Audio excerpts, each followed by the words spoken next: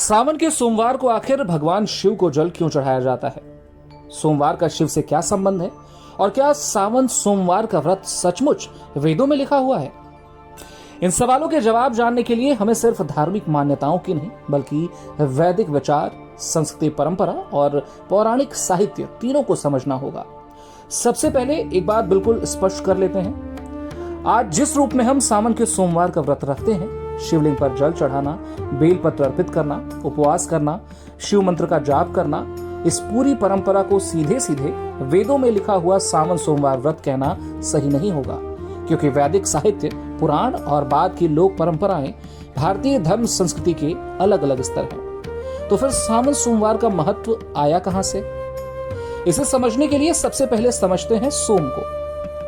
संस्कृत में सोम शब्द का संबंध वैदिक साहित्य में एक महत्वपूर्ण देवता और सोम यज्ञ से है। वहीं बाद की सांस्कृतिक परंपरा में सोम का अर्थ चंद्रमा भी है और भगवान शिव के मस्तक पर चंद्रमा विराजमान है। इसी कारण शिव का एक प्रसिद्ध नाम है सोमेश्वर, अर्थात सोम के ईश्वर। सोमवार का संस्कृत नाम भी सोमवार है। इस तरह सोमवार और शिव के बीच संबंध केवल आधुनिक धार्मिक परंपरा नहीं है, बल्कि संस्कृति और शैव परंपरा में इसका गहरा प्रतीकात्मक आधार दिखाई देता है। अब आते हैं श्रावण मास यानी सावन पर। भारतीय पंचांग परंपरा में श्रावण वर्षा ऋतु का महत्वपूर्ण महीना है। प्रकृति में हरियाली आती है, नदियां और जल स्रोत सक्रिय होते हैं और पूरा वातावरण जीवन में भर जाता है। भारतीय पंचांग परंपरा में श्रावण वर्षा ऋतु का महत्वपूर्ण महीना है। प्रकृति में हरियाली आती है, नदियां और जल स्रोत सक्रिय होते हैं और पूरा वातावरण जीवन से भर जाता है। भारतीय संस्कृति ने प्रकृति और आध्यात्मिकता को अलग अलग नहीं देखा। जल को जीवन का आधार माना गया है और शिव उपासना में अभिषेक की परंपरा विकसित हुई। शिवलिंग पर जल चढ़ाना इसी पूजा पद्धति का एक प्रमुख अंग है। लेकिन क्या सिर्फ जल चढ़ा देना ही पूजा है? शिव उपासना का गहरा अर्थ इससे कहीं आगे जाता है। शिव शब्द का संस्कृत में एक अर्थ कल्याणकारी, मंगलकारी भी है। इसलिए शिव की उपासना का भाव केवल किसी इच्छा की पूर्ति मांगना नहीं, बल्कि अपने भीतर के अहंकार, क्रोध और लोभ के साथ साथ नकारात्मकता को कम करके कल्याणकारी जीवन की ओर बढ़ना भी है। अब बात करते हैं व्रत की। संस्कृत में व्रत का अर्थ केवल भूखे रहना नहीं होता। व्रत का संबंध संकल्प, नियम और अनुशासन से है। इसलिए जब कोई व्यक्ति सोमवार का व्रत करता है तो उसका वास्तविक आध्यात्मिक अर्थ ये हो सकता है कि वो एक दिन अपने भोजन, विचार, वाणी और व्यवहार में संयम रखे। यानी कम खाना ही व्रत नहीं, कम क्रोध करना भी व्रत है, कटुवाणी से बचना भी व्रत है, गलत कर्म से दूर रहना भी व्रत है और मन को शांत रखना भी व्रत की साधना है। यही भारतीय व्रत परंपरा की गहराई भी है। अब एक महत्वपूर्ण प्रश्न, सावन के सोमवार को ही शिव की पूजा इतनी विशेष क्यों मानी गई है? इसका उत्तर हमें मुख्य रूप से पौराणिक और शैव परंपराओं में मिलता है। समुद्र मंथन की कथा में जब भयंकर विष निकला तो देवताओं और असुरों के सामने संकट पैदा हो गया। पौराणिक कथाओं के अनुसार भगवान शिव ने संसार की रक्षा के लिए उस विष को अपने कंठ में धारण किया। इसी कारण उन्हें नीलकंठ कहा गया। लोकप्रिय धार्मिक परंपरा में सावन और शिव के संबंध को इस कथा से भी जोड़ा जाता है। भक्त शिवलिंग पर जल चढ़ाते हैं और इसे शिव के प्रति श्रद्धा और शीतलता के प्रतीक के रूप में देखते हैं। लेकिन यहाँ भी एक बात याद रखना जरूरी है, ये कथा पौराणिक परंपरा का हिस्सा है। इसे सीधे वेदों का कथन नहीं कहना चाहिए। यही अंतर अगर हम समझ लें तो भारतीय धर्म संस्कृति को ज्यादा सही तरीके से समझ सकते हैं। वेदों में हमें प्रकृति, देवताओं, यज्ञ, ऋतु और ब्रह्मांडीय व्यवस्था से जुड़े विचार मिलते हैं।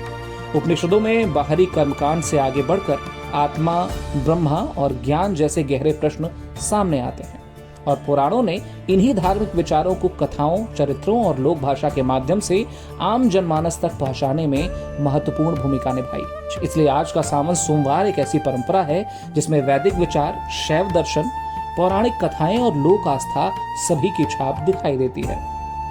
अब बात करते हैं शिवलिंग पर जल चढ़ाने की। जल भारतीय धार्मिक परंपरा में शुद्धि और जीवन का प्रतीक है। शिवलिंग पर जल अर्पित करते वक्त भक्त अपने मन में यह भावना रखता है कि उसके भीतर का अहंकार, क्रोध और अशांति शांत हो। इसीलिए जलाभिषेक को सिर्फ एक धार्मिक क्रिया के रूप में नहीं बल्कि समर्पण और शांति के प्रतीक के रूप में भी देखा जा सकता है। इसके बाद आता है बेलपत्र। शिव पूजा में बेलपत्र का विशेष महत्व माना जाता है। परंपरा में 3 पत्तियों वाला बेलपत्र को शिव के त्रिशूल और विभिन्न त्रय तत्वों से प्रतीकात्मक रूप से जोड़ा जाता है। हालांकि अलग अलग ग्रंथों और परंपराओं में इसके अलग अलग अर्थ मिलते हैं। इसलिए बेलपत्र चढ़ाते समय सबसे महत्वपूर्ण बात है श्रद्धा और शुद्ध भाव। अब सवाल आता है कि सावन सोमवार का व्रत कौन कर सकता है। परंपरागत रूप से सोमवार व्रत को केवल पुरुषों या केवल महिलाओं तक सीमित नहीं माना गया है। श्रद्धा रखने वाला व्यक्ति अपनी क्षमता और स्वास्थ्य के अनुसार इसे कर सकता है।